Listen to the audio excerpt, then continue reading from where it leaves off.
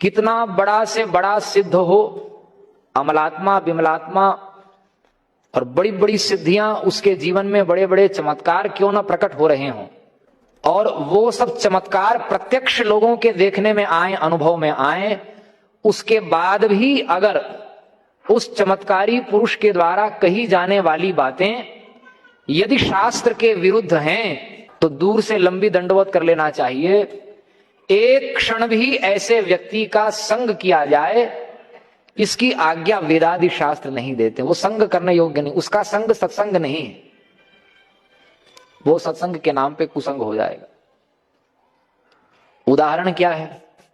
वेदादि शास्त्र के सिद्धांत की रक्षा के लिए ही भगवान ने बुद्धावतार धारण किया, और बुद्ध रूप से भगवान ने अनधिकृत व्यक्तियों के हाथ से यज्ञ को छुड़ाने के लिए, शास्त्रीय याज्ञिक कर्म को जब अनधिकृत लोग करने लग गए तो उसका विस्फोट न हो जाए।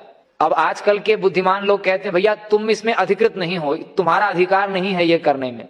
ऐसा कहने पर मुर्दाबाद हो जाता और समाज बट जाता है, क्योंकि अब शास्त्र की मर्यादा लोगों को एकाएक पच जाए ये बड़ा कठिन हो गया।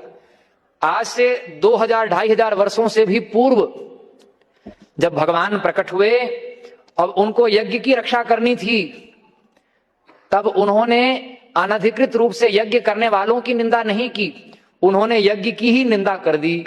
और यज्ञ की निंदा इस प्रकार की कि जो लोग अनधिकृत रूप से यज्ञ कर रहे थे उन लोगों ने बोला कि भाई यज्ञ सब बेकार है, इसको छोड़ो। उनकी अनास्था करके यज्ञ से उनको विमुख करके यज्ञ की रक्षा की। नीयत अच्छी होने पर भी बुद्ध के द्वारा कहे गए यज्ञ और वेदादि शास्त्र के खंडन के जो वाक्य हैं, कितने बड़े बड़े चमत्कार उनके जीवन में प्रकट हुए। बड़े बड़े हिंसावादियों को अहिंसा में प्रतिष्ठित कर दिया उन्होंने।